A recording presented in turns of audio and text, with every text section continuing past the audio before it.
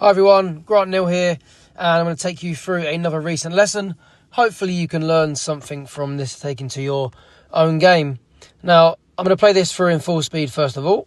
Our player here is struggling with distance and contact, and also, especially with the driver, big kind of curvatures as well. So I'll roll it on through.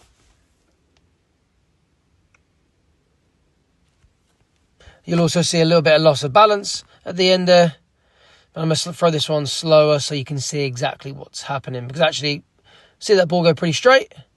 But that's with, I believe, a 7 or an 8 iron. And it's going about 50 yards. Because the way you're swinging, instinctively, to help the ball go straight, is only able to go that kind of distance. And hopefully you'll see why in a second. So as we roll this on through, not too bad here. A little bit on the inside. Elbows fly apart at the top. Again, not too much of a problem. But the issue comes from this position now. When those hands get thrown over the top of his head, the club goes out in front of his body from that position. And from here, the only way you're going to be able to touch the ball is to pull across your body. And you'll see that club moving way out to the left there, across his body. And instinctively, to stop that ball from really going too far to the left, he has to do it with an open club face so that it comes out straight. But because of that, it's so open, it's got so much angle, it's pretty much a flop shot up in the air with his 7 iron, only going about 50 yards. So what we need to try and do is to try and get from this position, this club working more under here rather than over here. Hopefully that will lead to the club face being able to deliver with a little bit less angle on a square path and hopefully hit some straighter shots. So in order to achieve this, we had to set a couple of drills up and we had to try and change, firstly, the direction the club was travelling and also what his wrist were doing with the golf club to be able to start it to close in relation to where he's swinging rather than stay open. So we put the ball on the tee here and we've kind of just done a little bit more of a half swing, exaggerated the club coming more behind. So now it can work more away. Now, of course, the club now is definitely not going over his head.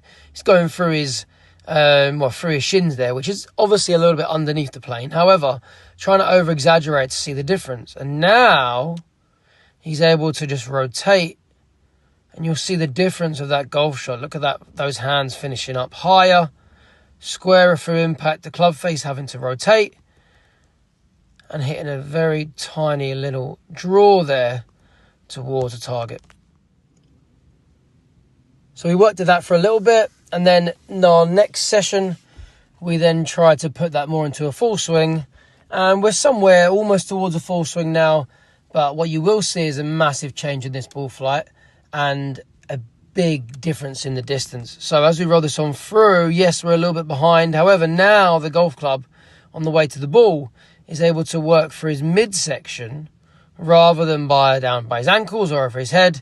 And then it's going to produce a much longer, straighter, and if anything, we'll call that a tiny little draw there.